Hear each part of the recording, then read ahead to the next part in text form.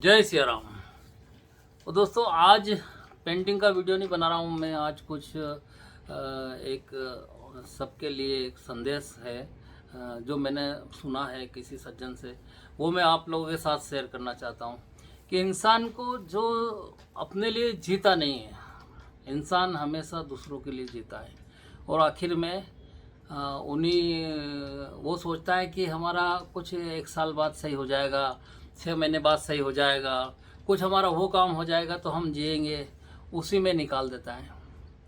तो एक कहानी सुनाना चाहता हूँ मैं कि एक बहुत पैसे वाले शख्स थे जो कि दिन रात बिजनेस में ही लगे रहते थे और उनका बहुत बड़ा बिजनेस था।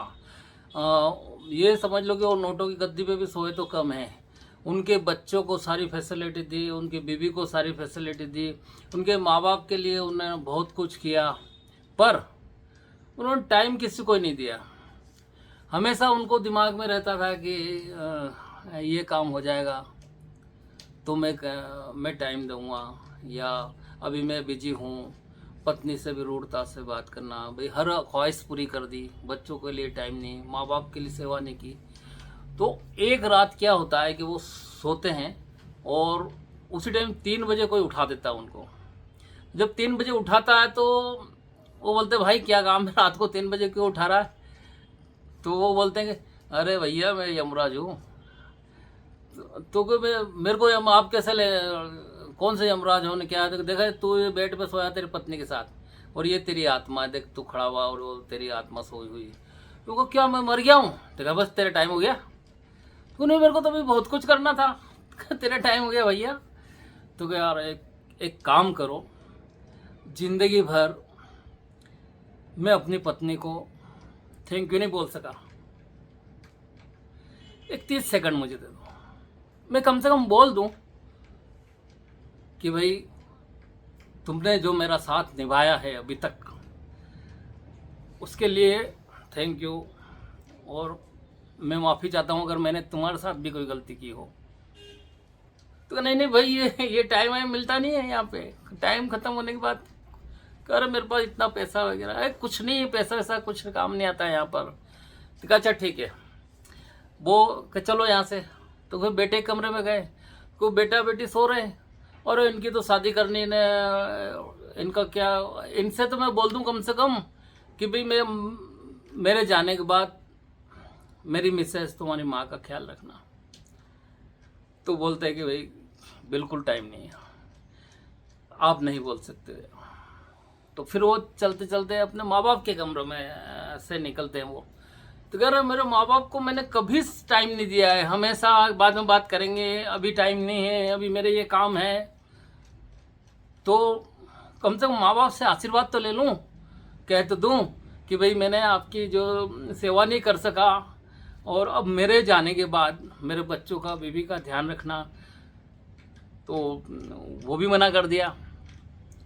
अब उन्होंने कहा कि यार एक जो मेरा पार्टनर है, जो मेरे बिजनेस पार्टनर, उसी के नाम से सब कुछ है, कम से कम मुझे इतना समय तो दे दो कि मैं उसको अपना एक वसीयत तो लिख दूं, अपने बच्चों का भी, या मेरे बच्चों का ध्यान रखे, इतना तो बोल दूं। तो कहा यमराज ने कहा नहीं भाई ये कुछ भी नहीं हो सकता। वो बहुत रोया, गिड़गिड़ाया। तो यमराज ने कहा एक काम कर सकता हूँ मैं तेरे को, कि मैं 7-8 घंटे 10 घंटे तेरे को यहीं बिठा सकता हूँ। तो उन्होंने कहा अच्छा चलो ये तो करो। तो उसको बिठा दिया। अब वो थोड़ी देर बाद उसकी पत्नी की चीखें चालू हो गई, बच्चे रोना पीटना चालू हो गया। वो बार बार समझा रहा है, गले लगा रहा है पर लगा नहीं पा रहा है। जिंदगी भर जिन्होंने बात करने की कोशिश की, आज वो बात करने की कोशिश कर रहा है पर बात नहीं कर पा रहा है।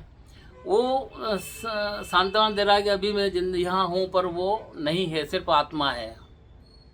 पर जब वो घर वाले क्या बात कर रहे हैं, बीवी ने सबको फोन किया, सारे रिश्तेदार आ गए, सब आपस में यही बात कर रहे हैं, अरे मैं इनको कहती थी इलाज करा लो, तुम्हारे हार्ट में थोड़ी प्रॉब्लम हो रही है, दर्द हो रहा है, तुम इलाज करा लो। जाते नहीं थे, क्या पता क्या दिमाग था इनका। आज देखो अब हम किसके सहारे। इधर इधर उसका दोस्त आया, अरे भाभी जी अब मैंने भी इसको कहा था बहुत, ये इलाज करा ले, ये करा ले, वो करा ले, इतना अच्छा इंसान था पर बिल्कुल भी ध्यान नहीं देता था अपने ऊपर, बिल्कुल टाइम नहीं बोलता था। रही फिर बच्चे बोल रहे हैं कि बच्चे ने कि हमने जो मांगा उन्होंने, अगर हमने 1000 मांगी तो उन्होंने 2000 दिए, मोटरसाइकिल मांगी तो कार दी इन्होंने, पर बस टाइम नहीं दिया है। तो इन्होंने बिल्कुल हमको टाइम नहीं दिया है। तो एक हिसाब से वो उनके हिसाब से नेगेटिव सोचते हैं कि भाई ये सब कुछ किया पर इन्होंने हमको हमारे साथ समय नहीं दिया। फिर उसके बाद माँ बाप की बात हुई तो क्या हमारा बेटा तो ठीक था पर वो उस काम में ही हमेशा रहा और चला गया, क्या करें।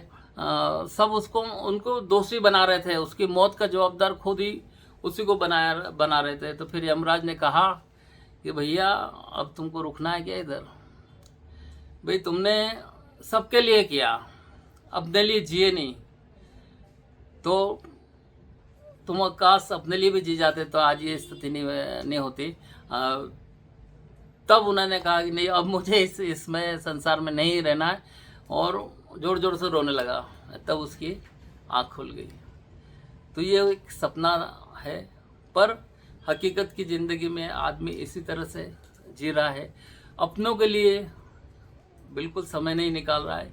ये जब से सुना तो मैंने भी सोचा कि भाई अपनों के लिए हमें समय निकालना चाहिए इंसान को, क्योंकि ये जो चल रहा है वर्तमान समय वापस लौट के आने वाला नहीं है। जो सत्य है यही सत्य है, जो बीत गया आने वाला नहीं, और जो आने वाला है हमको पता नहीं। इसीलिए प्रेम से जियो, अपने लिए जियो, और अपनी खुशी के लिए भी हमको जीना चाहिए। नहीं तो फिर इंसान अकेला ही आया है, अकेला ही जाना है। तो दोस्तों मेरी जो समझाने का प्रयास था आपको कि अपने लिए जीना चाहिए, ये कुछ अगर समझ में आया है तो ज़रूर आप उसको अपने लिए जीने की कोशिश करें। जय हिंद, जय भारत, हिंदू राष्ट्र, जय सनातन।